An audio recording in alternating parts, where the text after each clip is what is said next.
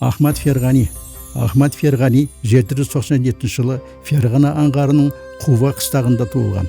Ғалым жердің домалақ пішінде екенін, оның ең қысқа және ең ұзақ күндері 23 желтоқсан мен 22 маусымға тура келетінін, күн бетінде дақтар бар екендігін ғылыми жолдармен дәлелдеп берген.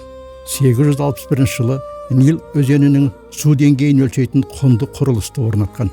Бүгінгі таңда Нил өзеніндегі Равза аралында сақталып қалған осынау су өлшегіш Асуан су қоймасын салу кезінде де пайдаланылған.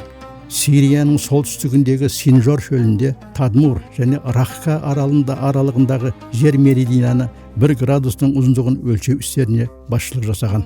Астрономияға қатысты фалакият ілімінің негіздері және ғарыштық қозғалыстар әдістері кітабы Европа университеттерінде негізгі оқулық болып саналған. Аспан денелерінің бойлық пен ендіктегі орындарын анықтау үшін пайдаланылған қондырғы устурлоптың құрылысы мен қолданылуын толық баяндайтын тұңғыш шығарма астурлопты қолдану туралы кітапты жазған.